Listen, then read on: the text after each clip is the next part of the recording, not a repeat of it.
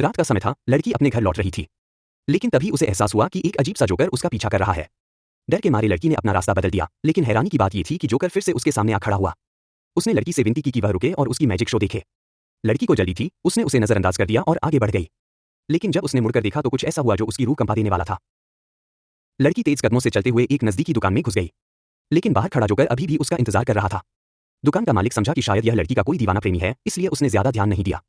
लेकिन उसे नहीं पता था कि यह कोई आम इंसान नहीं बल्कि कुछ और ही था। लड़की ने बाहर झांक कर देखा, जोकर अब भी वहीं था, मुस्कुराते हुए। फिर अचानक वह पलटा और कहीं गायब हो गया। लड़की ने राहत की सांस ली, लेकिन जब वह दोबारा घर के रास्ते पर निकली तो कुछ ऐसा हुआ जिसकी उसने कल्पना भी नहीं की थी। सामने वही जोकर खड़ा था। अब उसके पास और कोई रास्ता नहीं बचा था। उसने सोचा कि अगर वह मैजिक शो देख लेगी तो शायद यह जोकर उसका पीछा छोड़ देगा। जोकर खुशी खुशी झुका और अपने कार्ड्स का डेक निकाला। उसने लड़की से एक कार्ड चुनने को कहा, फिर उसे याद रखने को कहा। फिर जोकर ने कार्ड्स को शफल किया और लड़की से दोबारा एक कार्ड उठाने को कहा। अगले ही पल पहले चुना हुआ कार्ड जोकर के हाथ में था। लेकिन यह शो लड़की को उबाऊ लगा। उसने गुस्से में कार्ड वापस कर दिया और मुड़कर चली गई।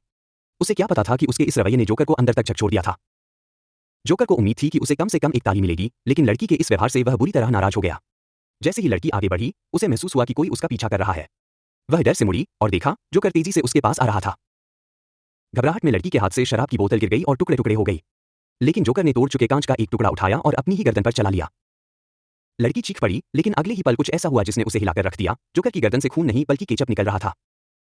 और फिर जोकर वापस उठ खड़ा हुआ, जैसे कि कुछ हुआ ही न हो। डरी हुई लड़की दौड़कर दुकान में घुसी और मालिक से पुलिस बुलाने की विनती करने लगी। फिर वह बाथरूम में जाकर अपना चेहरा धोने लगी। कुछ देर बाद पुलिस आई और लड़की से पूछताछ करने लगी।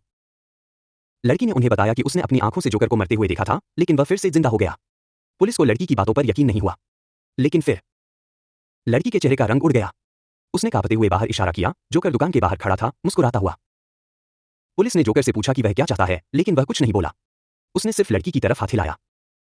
जब पुलिस ने जोकर को अपना मास्क हटाने को कहा तो उसने अपनी जेब से हथकड़ी निकाली और खुद को हथकड़ी लगा ली। लेकिन अगले ही पल उसने हथकड़ियों को हिला दिया और वे अचानक गायब हो गईं। आखिर यह जोकर कौन था? क्या वह कोई इंसान था या फिर कुछ और? क्या लड़की उससे बच पाई या फिर उसकी कहानी का अंत कुछ और ही था?